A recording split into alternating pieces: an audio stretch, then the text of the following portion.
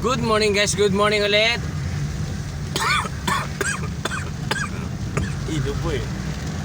Excuse me po. Inubo si Bongski. Ayan po, yan po pangalawang traffic monitor po natin guys.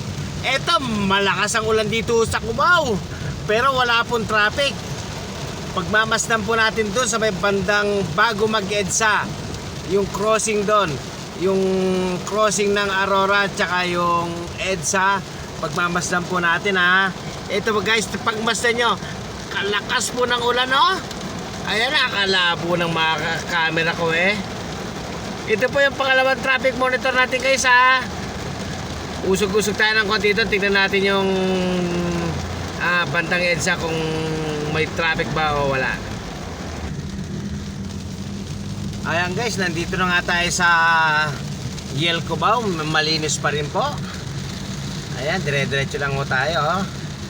Dire-diretso, kaso nga lang talagang maulan, kaya siguro walang traffic, wala pa rin pasok. Ayan, nandito na nga tayo sa Cambridge. At tulad na sinasabi ko, sisilipin natin uli mamaya EDSA. Ayan guys, nandito na nga tayo sa tapat mismo ng Gateway Cubao. Sa Aurora pa rin po tayo ha. Pero pagmasdan niya talagang malinis ha, hanggang dulo na yan. Yung unang traffic monitor ko po kanina sa Marikina, at dire-diretso po yun hanggang paakit ng Katipunan ha. Wala po tayong traffic ha. Tignan lang natin mamaya kung magtanghali. Pero palagay ko maluwag na diretso kasi maraming matatakot lumabas ngayon gawa nga ng malakas po ang ulan. Ayan guys, nandito na nga tayo sa crossing ng EDSA, Aurora. Yung going north, pag gantong umaga, katulad ng sinasabi ko lagi, talagang maluwag po yan.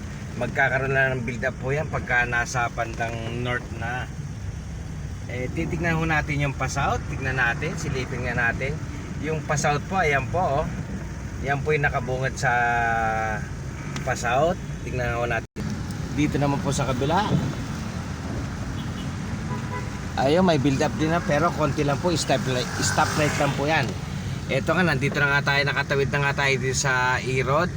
Ang E-Road po, lagi naman po maluwag yan. Magkakaroon na lang po ng build up yan sa may bandang St. Tux na. Ayan guys, yan po ang traffic monitor natin guys. Ito po si Bongski, ang pinaka maingay na vlogger guys. Thank you guys. Sinubo pa ako kanina, grabe. Naulan lang kasi ako kanina habang nagwawalis doon sa labas namin. Good morning guys.